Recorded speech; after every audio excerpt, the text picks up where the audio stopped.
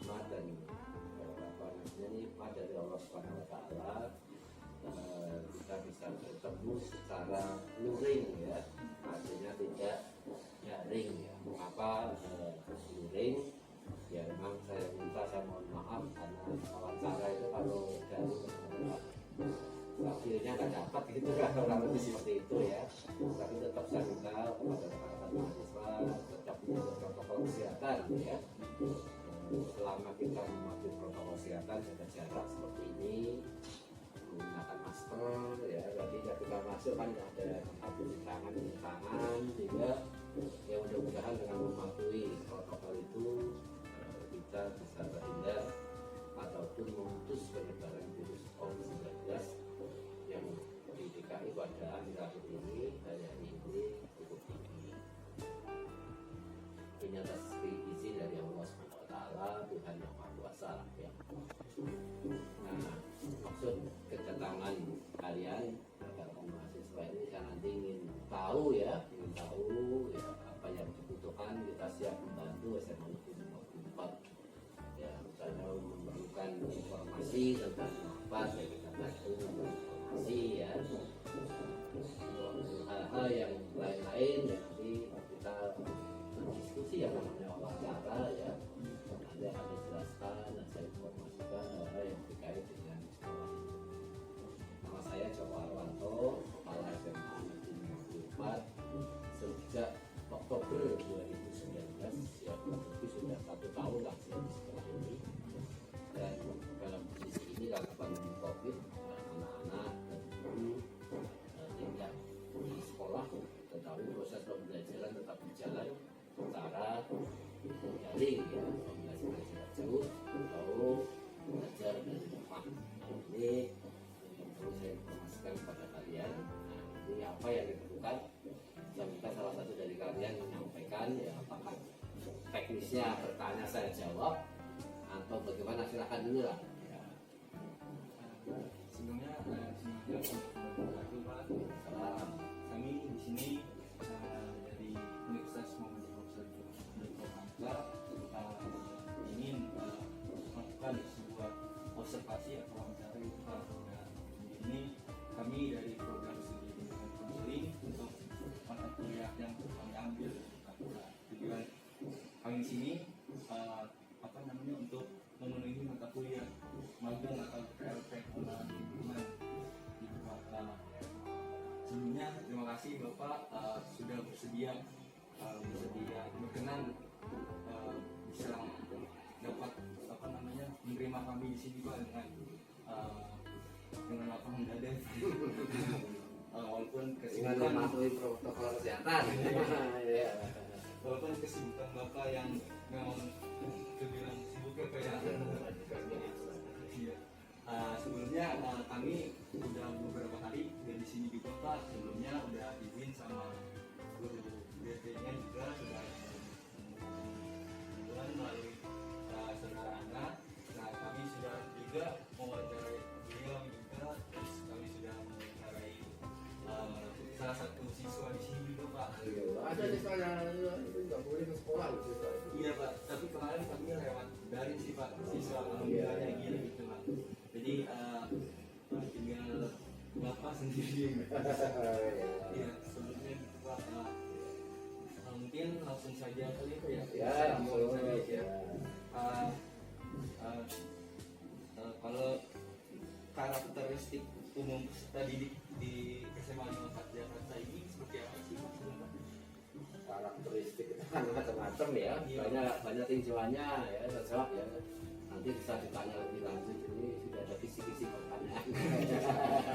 Karakteristik apa dilihat dari latar belakang ekonomi, apa dilihat dari jarak rumah ke sekolah, atau dilihat dari hal-hal yang lain, kan macam-macam namanya karakteristik ya. Jadi karakteristik siswa secara umum ya. Assalamualaikum warahmatullahi wabarakatuh. Ibu saya dan teman saya dari Universitas Muhammadiyah Profesor Dr. Hamka ingin mewawancarai Ibu sebagai guru pembimbing dan konseling di SMA 54 Jakarta ini mengenai tentang bimbingan konseling di sekolah. Apakah Ibu bersedia? Ya.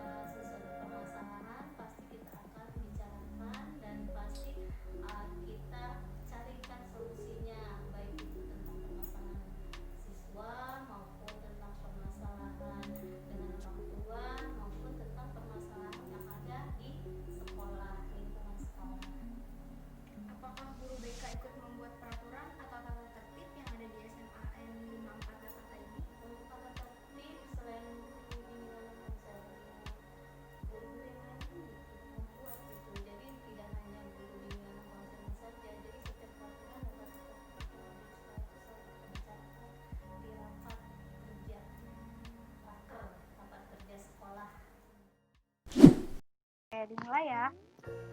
Oke. Assalamualaikum warahmatullahi wabarakatuh. Waalaikumsalam warahmatullahi wabarakatuh. Perkenalkan kami dari Prodi Bimbingan Konseling Universitas Profesor Dr. Hamka. Kami di sini ingin mewawancarai saudara Fikri Adam terkait dengan bimbingan konseling di sekolah. Sudah siap ya Adam ya? Sebelum dimulai, perkenalkan saya Fajri Nurul Faradila. Saya Nurul Herani. Saya Jeninda Fitria. Saya Natasha Indra. Saya sendiri Muhammad Tasaki.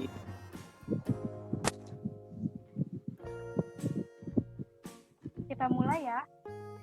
Oke. Pertama, bagaimana perasaan kamu bersekolah di SMA 54 Jakarta?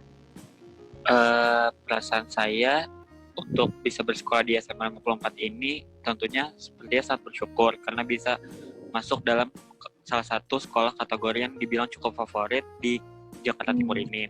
Karena seperti yang kita sudah tahu, SMA 54 ini memiliki banyak prestasi yang tentunya sudah dikenal oleh masyarakat awam. Terus juga di 54 ini memiliki banyak kegiatan dari OSIS-nya, dari ekstrakurikulernya, sehingga kita tertarik untuk bisa masuk ke situ. Kemudian prestasi yang diraih juga bukan hanya non-akademik, tapi juga banyak akademik yang sudah diraih, sehingga mungkin bagi para lulusan SMP yang ingin masuk ke 54 punya alasan untuk tujuannya untuk masuk 54 itu sudah punya bayangan di 54 mereka akan seperti apa sekolahnya, punya kegiatan seperti apa. Tentunya jadinya kita punya rasa syukur yang bagus sih untuk bisa masuk ke 54 ini.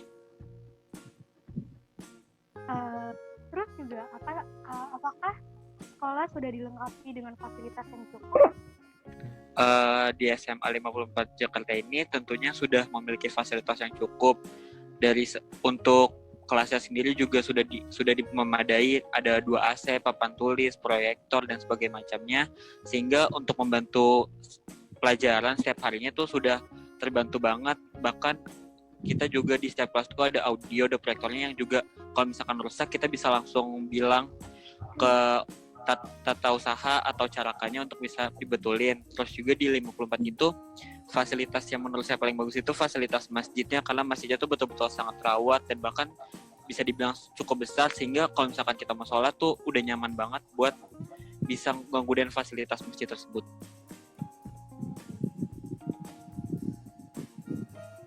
Terus menurutmu kegiatan ekstrakurikuler apa yang unggul atau yang paling banyak diminati di sekolah ini? Kalau untuk ekstrakurikuler sendiri di SMA 54 itu kan totalnya ada 15-an, dan menurut saya yang cukup diminati itu ada ekskul kesenian dan ekskul olahraga.